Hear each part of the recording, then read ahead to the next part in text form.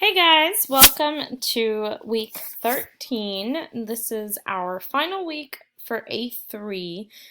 So after this, we'll be moving into the final unit of the course, and that is your reflection, which we'll talk about more next week. But today we're going to be talking about reviewing development for audience and audience appeals. So just a little review on things we've already talked about, and then we'll talk about how you should address your introduction and your conclusion in this argument paper. We'll look at a student example, which I'll have posted on Canvas for you all to see, and then we'll talk a little bit about the grading criteria and the rubric and all of that. So it's not enough to just give your audience evidence, you also need to develop it. That's what it means to develop something for your audience. So when you cite a statistic, you need to explain it, how it's relevant to your key point or your thesis. You just need to make those connections for your readers so that they're not left wondering, so what? So if you're including a statistic, just make sure to relay that back to your main point. So tell us either how it supports your reason and your thesis, or how it connects to your audience's values, needs, and beliefs concerning this issue. So you also want to make sure you're using evidence to support your reasons. So an example shown here is that your first sentence would be your reason or connection to the previous paragraph.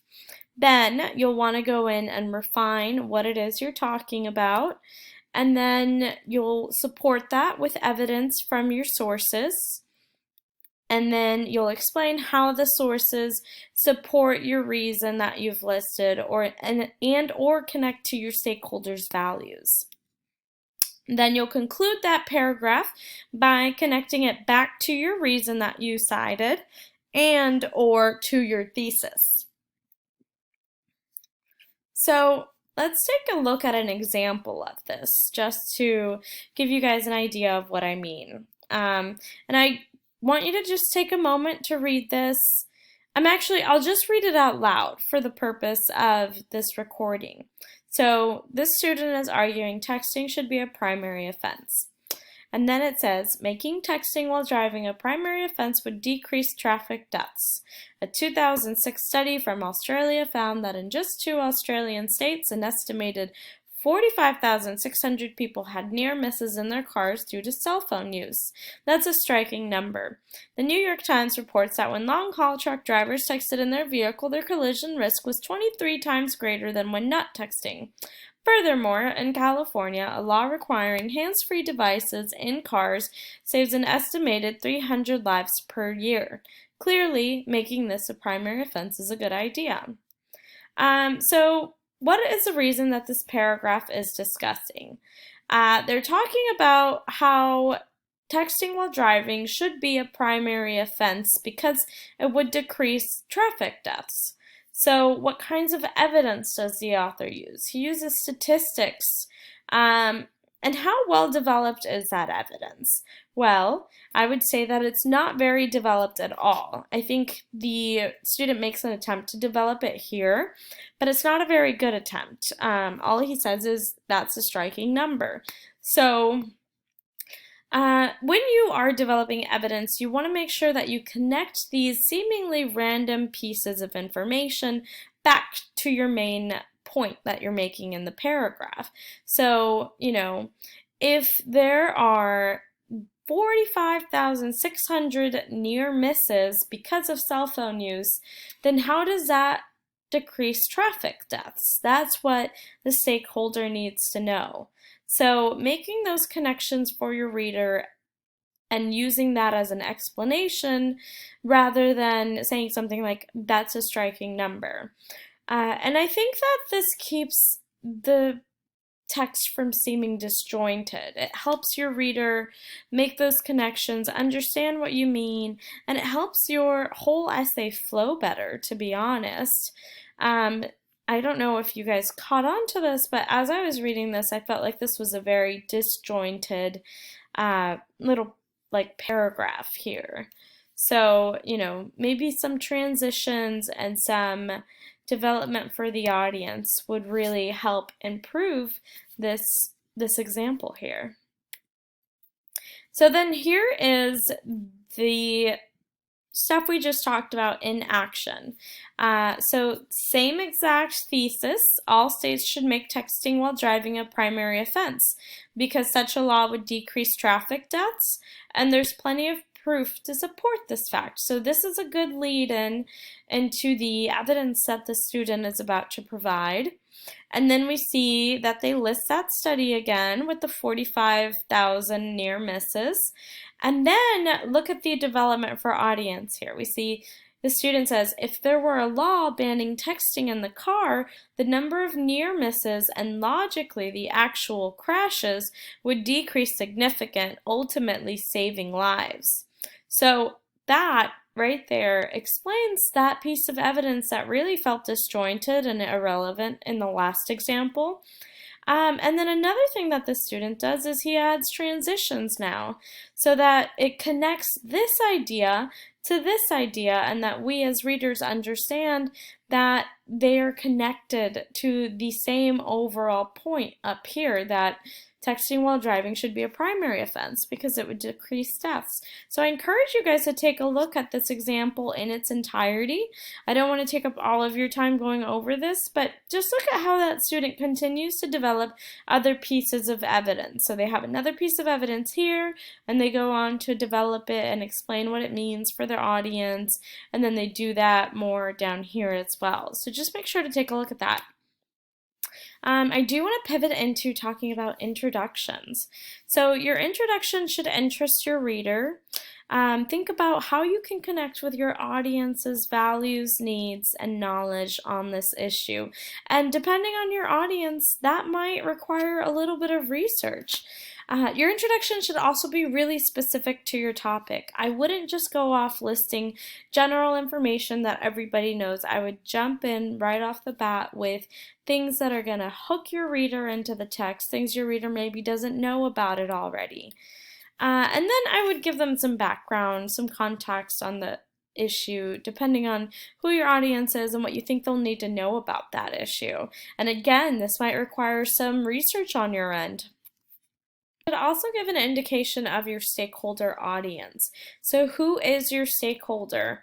And then you might also want to include your thesis at the bottom with an essay map. So an essay map is essentially your thesis plus the reasons for that thesis and the exigence of the issue. So why is it important?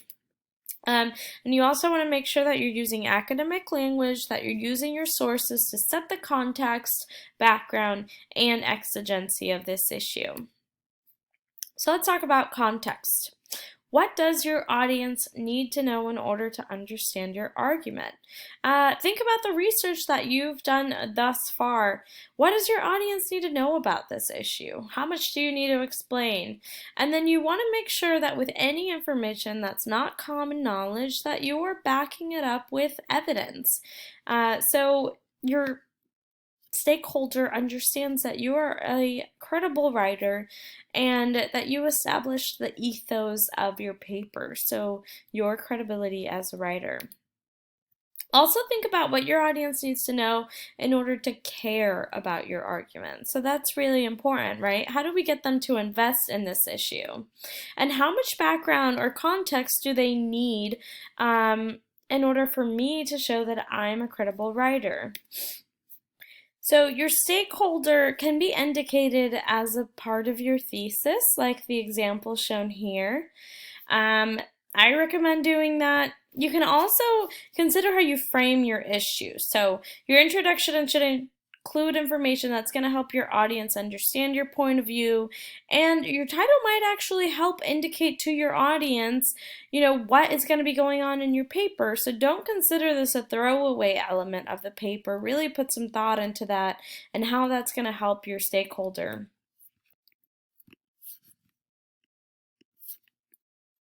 So Having an essay map and introducing your thesis at the bottom is going to help with logos. So it's going to help you establish logic in your argument, and it also shows your audience the direction that your argument is going to take. So, I mean, we've talked about this example a lot throughout the semester. Bagels are the best breakfast food. That's the thesis. And then the reasons are because they're cheap, they're easy to carry, and they're accessible on and off campus. And notice this, they're the best breakfast food for college students, busy college students. That's the stakeholder audience there. So make sure that you are structuring your thesis and essay map somewhat like this so that it's clear what your thesis is, what your reasons are, and who your stakeholder is. Your reasons should then be presented in the same order that you introduce them in the introduction of your essay. So your thesis and essay map can be 1 to 3 sentences at the end of your introduction. And that is just repeated for some strange reason. So to sum it all up, you'll want to have a hook that grabs your reader's attention for the introduction. Then you want to give them some background information, an indication of what the problem is. You want to make sure you support that with evidence, and then introduce your thesis and your reasons and who your stakeholder audience is. So there's a combination of old information and new information. And then I also wanted to cover the conclusion today. So your conclusion is going to be used to reinforce your main points. You'll want to make sure that you include a summary of your argument with a restatement of your thesis in different words. You can also do more than just that, though. You can add additional insights. You can close with a quote or a question or a story. You might give your stakeholders some ideas about what the future would look like. And you can call your readers to take action. So ultimately, a research argument is going to try to get your stakeholder to take some kind of action. You want them to be on your side of this issue, and you want them to take action. You're not just educating them, you're persuading them. So keep that in mind for the conclusion of this, because that'll be really important. And then another thing I want to mention is the titling of your argument. Again, as I said earlier, it's not a throwaway element. So make sure that you think of something that's going to pull your reader's interest in. It could either state or imply the question that your essay addresses. It can state or imply your thesis in an abbreviated form, or you can use a two-part title separated from a colon, like the example here. Whatever you decide to do for the title, just make sure that you're putting some thought into it and that you're really thinking about what your stakeholder audience needs to hear from you about this issue. And then one more thing I want to go over before you all turn in your drafts is the citation review. So again, you want to have the author's name, the title of the publication, the website or book where you got it from, publication information, the page number, and then you want to make sure that you include your in-text citations. If it is parenthetical, it is going to be author's last name and page number, and if you mention their name in the text, you want to make sure that you include the page number in the parentheses. Okay, I don't want to have to take a points away from anyone for failing to do this because it's such a simple thing, and you really just should have the hang of this by now, since we're pretty much at the end of the semester. So going forward with the rest of this week, I want you guys to choose your partner for workshop. Make sure that you have each other's contact information. You're going to be responsible for giving each other feedback. This time around, I want you guys to use the A3 checklist to give each other feedback. So make sure that you check off anything that is there and then leave anything that is not there blank so that your partner is aware that they're missing some things in their draft. Drafts are going to be due Wednesday by midnight, and then peer review is Thursday, so we won't be holding any regular lectures for class. And that is it for this week. For homework, I just want you guys to work on getting these drafts ready and make sure that you submit them by Wednesday by midnight. Feel free to email me if you have any questions, and feel free to post on that discussion board if you don't have a partner yet and you need one. Thank you guys so much. You all have a wonderful week. And again, if you have any questions or want to do a face-to-face chat, make sure to email me and we can arrange that. Thank you. Bye-bye.